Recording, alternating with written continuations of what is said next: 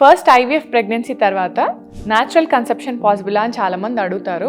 అవునండి, natural conception possible. కానీ ఎప్పుడంటే ఫస్ట్ ఐవీఎఫ్ ప్రెగ్నెన్సీకి వెళ్ళడానికి రీజన్స్ మనకి ఇంపార్టెంట్ అనమాట. సో ఫస్ట్ రీజన్ మనకి అన్ఎక్స్ప్లెయిన్ ఇన్ఫర్టిలిటీ, అంటే రీజన్ లేకుండా మనకు ప్రెగ్నెన్సీ ఇన్ని రోజులు రాలేదు. సో దానివల్ల మనం ఐవీఎఫ్కి వెళ్ళాము అంటే ఒకసారి ప్రెగ్నెన్సీ అయ్యి డెలివరీ అయిపోయాక హార్మోన్స్ అనేటివి రీసెట్ అయ్యి న్యాచురల్గా ఓవ్యులేషన్ అయ్యి మనకు ప్రెగ్నెన్సీ అయ్యే ఛాన్సెస్ ఉంటుంది. అలానే సెకండ్ రీజన్ పీసీఓఎస్ వల్ల మనము ఫస్ట్ ఐవీఎఫ్కి వెళ్ళాము. సో సెకండ్ టైం న్యాచురల్గా ప్రెగ్నెన్సీ వచ్చే ఛాన్సెస్ ఉంటాయి. సో దీనికి రీజన్ ఏంటంటే జనరలీ పీసీఓఎస్లో స్టాక్ పైలింగ్ ఎఫెక్ట్ అని అంటారు. అంటే ప్రతి మంత్ ఎగ్స్ అనేటివి ఎంప్టీయింగ్ అవ్వకుండా అట్లనే స్టోర్ అవుతుంటాయి అనమాట. సో ఒకసారి స్కాన్ చేసినప్పుడు మనకి 20 to 30 ఫాలికల్స్ కనిపించచ్చు. సో ఐవీఎఫ్లో మనం ఏం చేస్తాము అంటే మనం హైపర్ స్టిమ్యులేట్ చేసి ఆల్మోస్ట్ మన ఐవీఎఫ్ సైకిల్లో 10 to 20 oocytesని మనం రిట్రీవ్ చేస్తాం కాబట్టి సో ఒకసారి డెలివరీ అయిపోయాక హార్మోన్స్ అనేటివి రీసెట్ అయ్యి న్యాచురల్గా ఓవ్యులేషన్ కావచ్చు.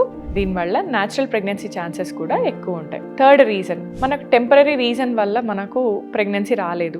ఏదన్నా స్ట్రెస్ కానివ్వండి, లేకపోతే స్పర్మ్లో అబ్నార్మాలిటీస్ కానివ్వండి, లేకపోతే మన హార్మోనల్ ఇంబ్యాలెన్సెస్ కానివ్వండి, ఒకసారి కరెక్షన్ చేసుకున్నాక మళ్ళీ న్యాచురల్గా ప్రెగ్నెన్సీ వచ్చే ఛాన్సెస్ ఉంటాయి. సో ఏ రీజన్కి మళ్ళీ సెకండ్ టైం ఐవీఎఫ్కి వెళ్ళాలి అంటే బయలాటరల్ ట్యూబల్ బ్లాక్స్ ఉన్నాయి. సో దీనివల్ల మనం ఐవీఎఫ్కి వెళ్ళాం అనుకోండి, సో డెఫినెట్గా సెకండ్ టైం కూడా మనం ఐవీఎఫ్కి వెళ్ళాల్సిన అవసరమే ఉంటుంది. అలానే male factor infertility, so 3 million count, 2 million count ఉంది, లేకపోతే అజూస్పర్మియా ఉంది. First time surgical sperm retrieval ద్వారా స్పర్మ్ని మనం తీసుకొని దాంతో ప్రెగ్నెన్సీ ప్లాన్ చేసాము అంటే డెఫినెట్గా సెకండ్ ప్రెగ్నెన్సీ కూడా మళ్ళీ మనం ఐవీఎఫ్ రిపీట్ చేయాల్సిన అవసరం వస్తుంది.